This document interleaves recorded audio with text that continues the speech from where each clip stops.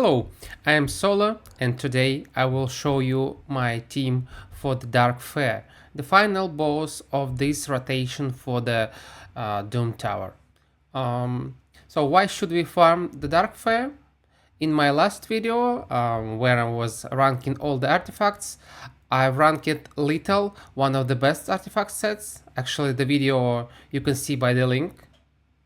And to get this artifact set, you need to kill the Dark Fae boss. And yes, this is the only place where you can get it. So to get the materials and then to craft little in the forge. So yeah, we have different difficulties of this boss. Let's see what she can do. So this is my team, and let's check the boss skills. On A1, she attacks all enemies, has a 100% chance of placing Leech debuff on each enemy for 2 turns. Pretty straightforward skill. Then Dark Tendrils. Attacks all enemies, steals 1 random buff from each enemy according to the number of magic champions on the enemy team. Steals turn meter from each enemy according to the number of force champion on the enemy team. Has a 25% chance of placing 2 field debuff on each enemy for 1 turn. The chance increases for 25% of void enemies on the enemy team. Heals by 10% of her mass HP for each spirit champion on the enemy team. Next skill. Attacks all enemies. All living allies will team up and join this attack. Damage increase by 25 for each living ally. So she's ally attack. This skill, like she's placing the debuffs the more champions of specific affinity you have. Next skill, Dark Abduction. Banishes one enemy from enemy champion and spawns a mirror copy of them onto Astranyx team. Places True Fear debuff on all enemies for 1 turn. Increases Astranyx turn energy counter, dark energy counter by 1 turn. So she's simply stealing one of your champions, yeah, on her side. First passive, places Perfect Fail buff on the boss for 3 turns and spawns mirror copies of all enemies onto Astranyx team at the start of the battle. So what does it mean? Simply on the start of the battle, you will need to fight copy of your team first, and then you can only and only then you can fight the boss. And every several turns, she will steal one of your champion. Spawn mirror copies of all enemies on the Astranyx team. Every time her dark energy counters to reach to 5. Yeah. So and she will deal it every time she will reach the counter till 5. So you don't want to make the fight very long. Also places Perfect Fail buff on Astranyx for 3 turns every time her dark energy counter reach 5. So simply she returns to the start of the fight stage when she's under Perfect Fail, and she steals all your champions. Ideally, we don't want that at all, and I will show you how to deal with it. Dark Energy counter resets after 5 turns, so she's immune to all the control debuffs. Damage from skills, that's scale based on the enemy. Max HP can be exceeded by 10% of the max HP. And all turn meter reduction effects are decreased by 50%. This is what is very important. They are decreased by 50%, but she's not immune from the turn meter reduction effects. And so this will be our main strategy, to decrease her turn meter and kill while she cannot make a turn. So we will then ignore the majority of her kit simply by not letting her make a turn. So let's check the team. First of all, it's Lyssandra, because she has a 2 skills which manipulates turn meter. She's one of the best picks for this fight. So let me show her. So first of all, she decrease the turn meter of the boss and increase turn meter of the allies, also placing increased speed, and she directly decrease the turn meter of the boss. So yeah, it will really help us not to let Astranyx go.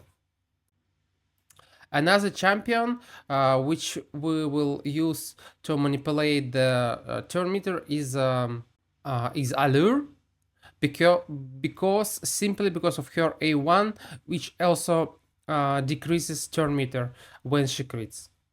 The rest of the champions are just to kill the boss. So Magnarr is killing the waves, and Stag help him with that, with his decreased defense, and also he's placing decreased speed on the boss, so to making us faster. And Ninja simply as a boss killer because of his burns activations. So let me show you the presets for this team.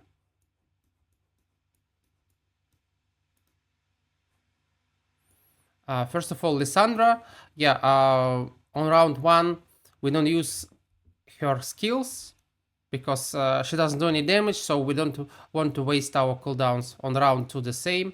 And round 3, we start with Energize to make sure we decrease the turn meter of the boss and also decrease the turn meter of our mirror team. Because if we will not do that, so she will go first and then their Lyssandra will go. So yeah, this is what is very important about the setup when you're making. So your turn meter decreaser should be the fastest on your team. So because the first champion will go and they need to decrease the turn meter so other team can go before the enemy team. So yeah, let's look for the ninja. So on the first round, I don't use A3. On the second round, I don't use anything. I use Hellburn just to increase a little bit the speed of the farm of the waves.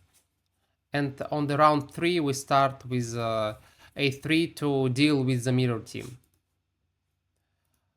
For the Magnarr, so we start with A2 and then don't use it. A3, it doesn't matter if we will use it or not. For the second round, same. And for the third round, same. We want to kill the enemies first, and then we need to kill the boss. Instead of Magnarr, you can use any damage dealer, which has a massive attack. So, yeah. This one, I believe, is I've built this team a long time ago, so that's why I'm not changing the Magnarr, because you need to shift the speeds a little bit and yeah, to make this run faster. Regarding the Stag, he's second fastest, so he can apply his decreased defense on the enemies on round 1. Round 2, I don't use it. So on round 3, we start with his A2 Huntmaster to decrease defense on the enemies before Magnarr will smack them. And the last, Alure. So she's use her mass attack on round 1 and don't use anything else. On round 2, we don't use anything else. And round 3, again, she was starting with mass attack. And then her main purpose is A1ing to reduce the turn meter of the boss. So not to let him make a turn. Yeah, and this is it for the presets. So let's showcase the fight now. So yeah, our aim firstly to kill wave as soon as possible without using our important cooldowns. So we will start fight ready with everything we need.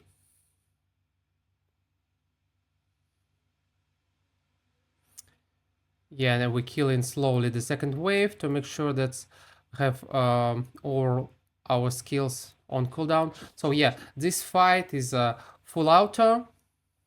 So now we decrease the speed, place decrease defense, and starting to wipe.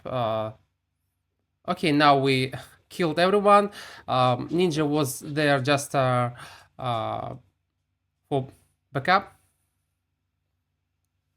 And now we want to stop boss. Yeah, she will initially take a turn and steal someone, but in majority of the cases, Allure will stop her, and also Lyssandra from making turns. And slowly Ninja will burn her. And this is actually the fight. This is like a more budget team, and I have a faster team with a Gnut, which I will show after that fight. And this team will be faster. So, but I decided at first to show like a more free-to-play friendly team. But it's still, as you can see, it's full auto, and yeah. Don't sleep on this boss, because it's the best place where you can get the little artifacts, and it's even better than farming Fire Knight, because you will get materials guarantee from this boss, and from the Fire Knight you have other sets which you will not get the materials for sure. So yeah, it's 98 turns and full auto. So let me show you other team, which is, I believe, is twice faster. It should be like around 50 turns, and the only difference is making is Gnut. So this is my main team actually. Yeah. So for the roles is the same, and the Gnut is replacing the ninja, so he's like a boss killer here. So let's check the presets. It should be the same, I believe. Or maybe I've changed a little bit. So yeah, for Lyssandra, nothing. And then, yeah, starting with A3. Gnut, yeah, we didn't use anything in round 1. Round 2, we start with A2 to clear the wave. And on round 3, also on A2 to kill the our mirror copies. Stag, yeah, not start with A2 then nothing on round 2. Round 3, it's on full auto, but he will start with Handmaster, I believe. Allure, yeah, so she will start with Temptation and start with Temptation again. Now let's make it like this, same for the as previous. And and same for the round 3. So for the Magnarr, I believe the same. So let's save it and try this team now. This, I believe, will be a little bit faster, but the idea is pretty much the same. Clear the waves and then not let the boss to make any moves.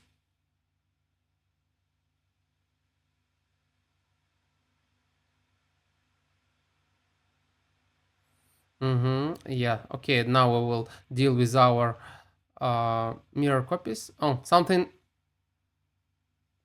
wrong, I believe, with Gnut preset. I will need to check, because he should start with his A2, so this is why it will ruin the fight a little bit.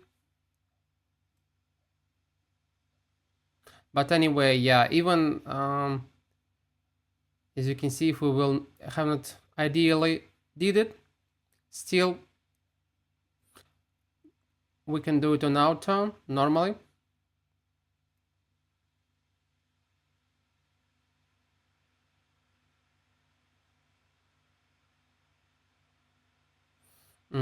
And now I believe we will slowly kill the boss, and even she will take less turns, because Gnut also decreasing the turn meter of his A1, So it's this is like a more stable team for this fight than the one with Ninja.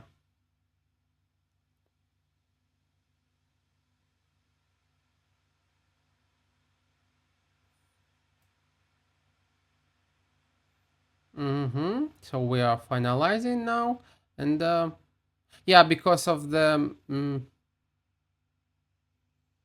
as you can see, yeah, it's on normal it should be around 1 minute and 50 turns. So let me check with the presets for the Gnut. I believe it was on cooldown. Maybe if we don't use it on round 2 at all, then it should be fine.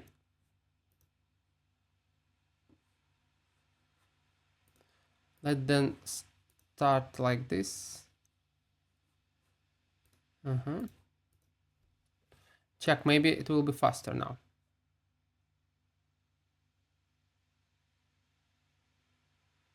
Then, maybe we can use the Magnarr on the second turn, but so yeah, now we are losing here some turns because we don't using the mass of the Gnut.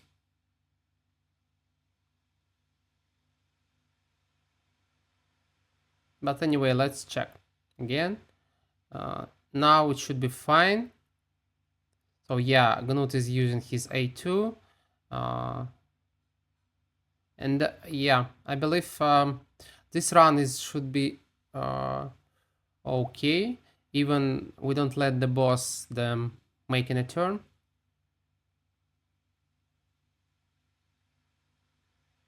So ideally, yeah, you want someone with weight affinity for the damage dealers, like a Marios, for example, or Baron, because there is no weak hits. But even with the weak hits, we still guarantee the boss kill.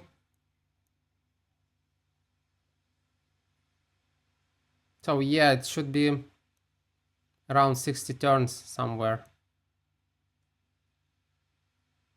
Maybe a little bit more.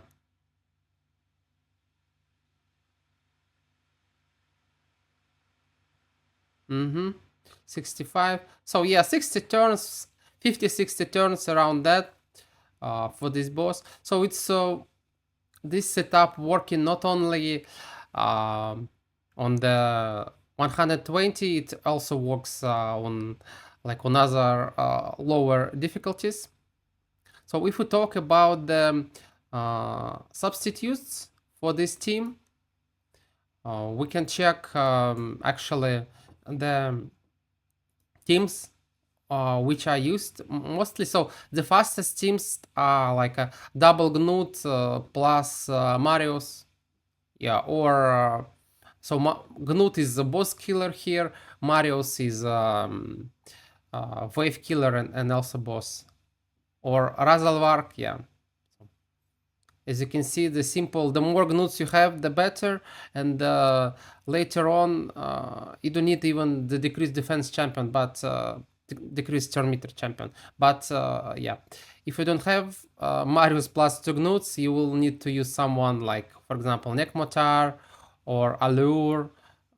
Yeah, or Astranyx. So any champion which help you with decreasing the turn meter and increase of the enemies and placing decreased speed on them and increasing your turn meter would be nice to have. Yeah, as I said, Baron can be used for the wave killer.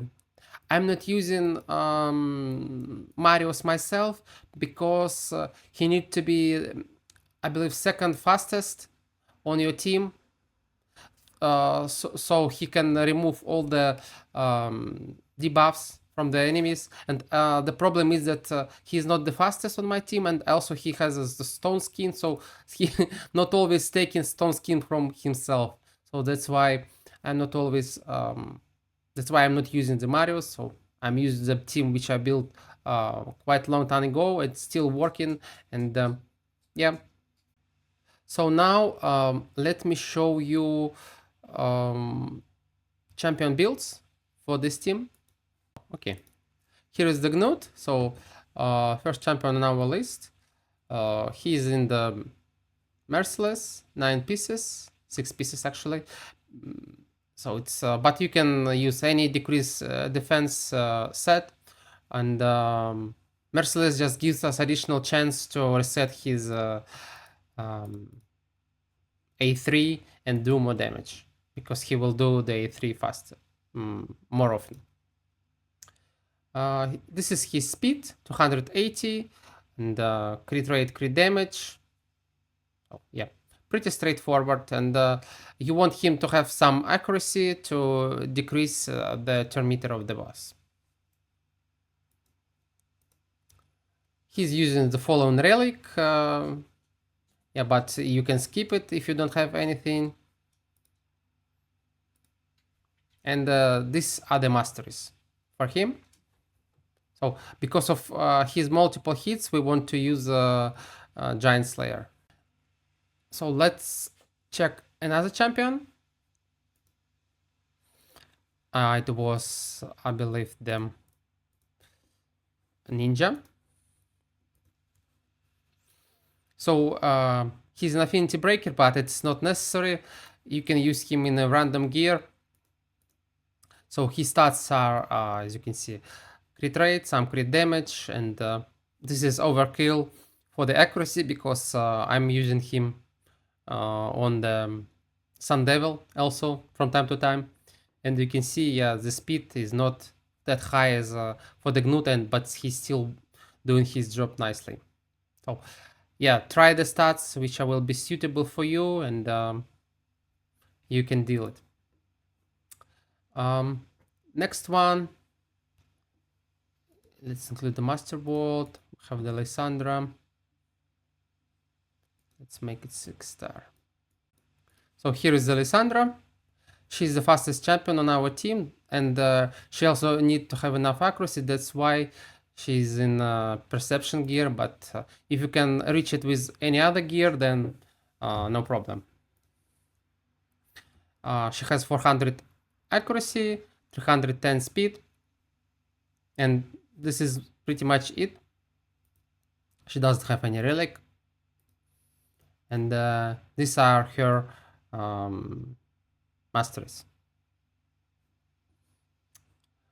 Okay, next, who do we have on the list? Is Magnarr and Stag. So here is the Stag. He's in shield set, but it's for the Fire Knight. You can use just a random gear, and just make sure he's fast enough and has some accuracy, at least like 300. Damage you can build, but it's not necessary. It's just help you because he can do some damage. That's why I built him in the damage. Regarding the relic doesn't have masteries, just standard PvE masteries with War Master and accuracy from the support tree. Magnarr is built in a random gear, and just crit rate, as much crit damage as you can get, and as much HP as you can get. So he doesn't need anything else, no resistance, no accuracy, and as you can see, he has a 240 speed. Oh yeah, it's more than enough for him. You don't need to have him like a +4. I just had spare Magnars, so that's why. And this is his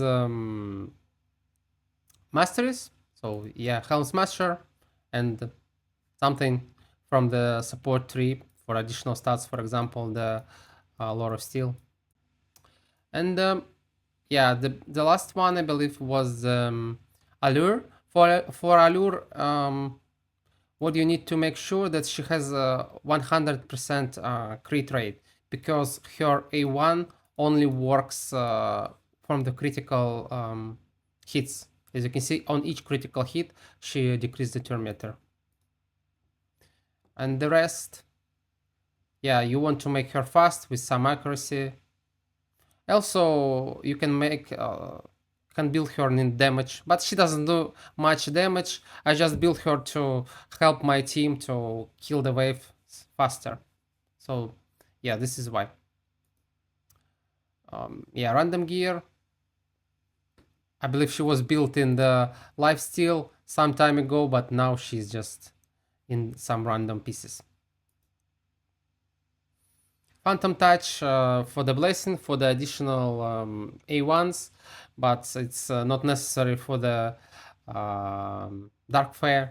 It's more useful in the Fire Knight. And here is her build for the Masteries. It's Giant Slayer because she's a triple A1 and accuracy on the support tree. So this is it for my teams. Don't sleep on the Dark Fae. Farm her because you will need a lot of lethal for sure.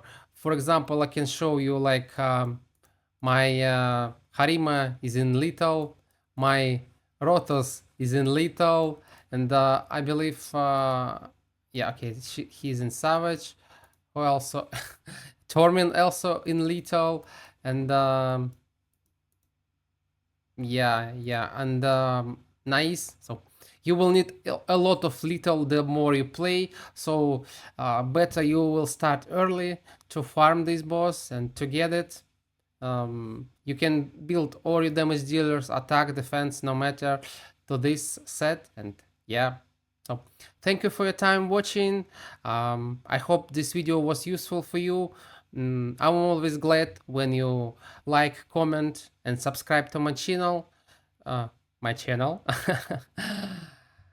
See you on the next video. Solo is out.